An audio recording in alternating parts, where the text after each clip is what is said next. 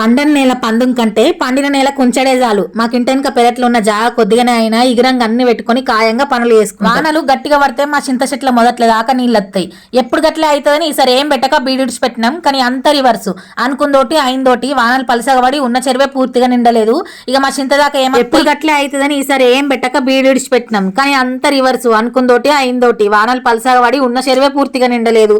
ఇక మా చింత దాకా ఏమత్తాయి. బతుకమ్మ నుండి దున్నుచి ఏమన్నా పెట్టాలా అనుకున్నాం. కానీ ఇప్పుడు గింత లేట్ అయింది. అయిందేదో అయింది. ఈ కంచెలు మంచిగా చేసుకోవాలనుకున్నాం.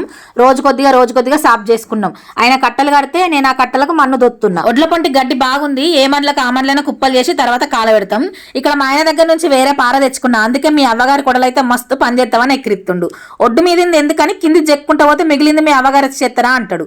ఈ హస్బెండ్స్ పొద్దుకు పైసల వైఫ్ అవ్వగారింటి మీద వాడు ఏడవకుంటే మనసునే పట్టది. బంగారం అసొంటి నన్నే ఇచ్చిరు ఆడికే మహాప్రసాదం అనుకుని కళ్ళకు అద్దుకోక ఈ పని చేస్తలేవు ఆ పని చేస్తలేవు సక్క ఓడి చెప్తలేవు అని ఎక్కిరిచ్చుడేంది. ఆయన ఏ పని చేస్తే ఆ పనికి చేసుకున్నందుకు చెరుగొంతసేపని హచ్చుబొచ్చు కుక్క లెక్క ఎంబడే తిరుగుడు నా తప్పు. ఎప్పుడు ఏ పని చేసినా ఏదో అంటవని అలిగిపోయినా అలిగి తలిగితే నా ముఖానికి కొన్ని నీళ్ళు ఇచ్చిపో అంటాడు. ఇక నీళ్ళు అని అడిగినందుకన్నా మాట్లాడాలి. ఎప్పుడు ఉండేది కానీ ఈ మధ్యలో ఏమేమి ఇత్తనాలు అలికినామో నెక్స్ట్ వీడియోలో చూపిస్తా. అంతవరకు వీడియోకి ఒక లైక్ చేయరి.